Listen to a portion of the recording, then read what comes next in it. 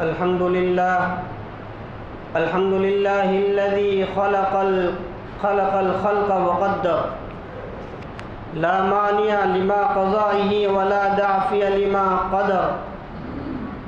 أشهد أن لا إله إلا الله وحده لا شريك له صاحب القوى والقدر، وأشهد أن سيدنا محمدا عبده ورسوله الهادي إلى الدين المطهر، صلى الله عليه وعلى آله وأصحابه ما دارت الشمس والقمر.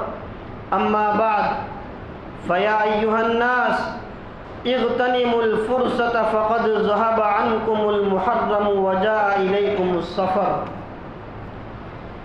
وما هذا إلا علامات الرحيل والسفر، فتزودوا من السفر للزفر، وتوكلوا على خالق القضاء والقدر، وسددوا الظنون عن نحوسة السفر.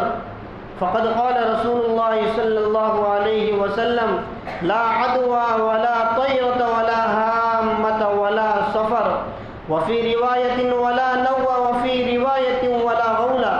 وقال عليه الصلاة والسلام: من أتى عرافا فسأله عن شيء لا تقبل له صلاة 40 يوما. وما روي عنه عليه الصلاة والسلام أنه قال: الشوم في المرأة والدار والفرس. بارك الله لنا ولكم في القرآن العظيم، ونفعنا وإياكم بالآيات والذكر الحكيم. إنه تعالى جواد كريم ملك بر رؤوف رحيم.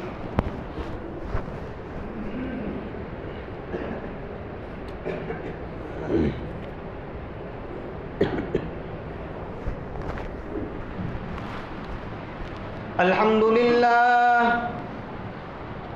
لله نحمده ونستعينه ونستغفره ونؤمن به ونتوكل عليه، ونعوذ بالله من شرور أنفسنا ومن سيئات أعمالنا. من يهده الله فلا مضل له، ومن يضلله فلا هادي له. ونشهد أن لا إله إلا الله وحده لا شريك له، ونشهد أن سيدنا ومولانا محمدا عبده ورسوله، الذي أرسل بالحق بشيرا ونذيرا.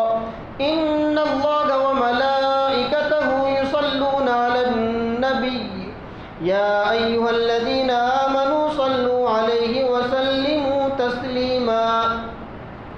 اللهم صل وسلم وبارك على سيدنا محمد وعلى آله وأصحابه وأتباعه وأزواجه وذرياته.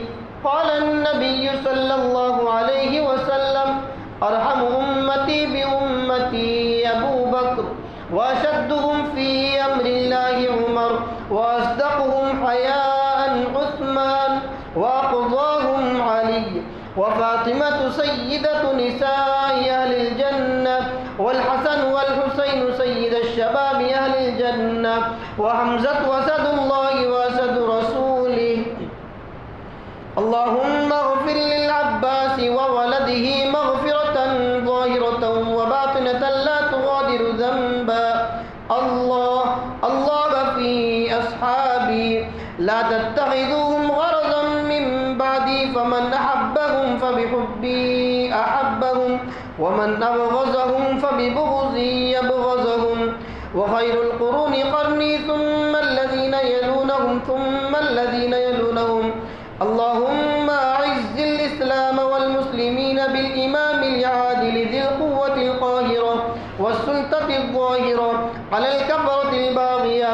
واغفر اللهم لجميع المؤمنين والمؤمنات والمسلمين والمسلمات الأحياء منهم والأموات برحمتك يا أرحم الراحمين، والحمد لله رب العالمين.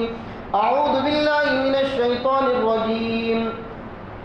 إن الله يأمر بالعدل والإحسان وإيتاء ذي القربى، وينهى عن الفحشاء والمنكر والبغي، يعظكم لعلكم تذكرون. اذكروا الله يذكركم وادعوه يستجب لكم، ولذكر الله تعالى أعلى وأولى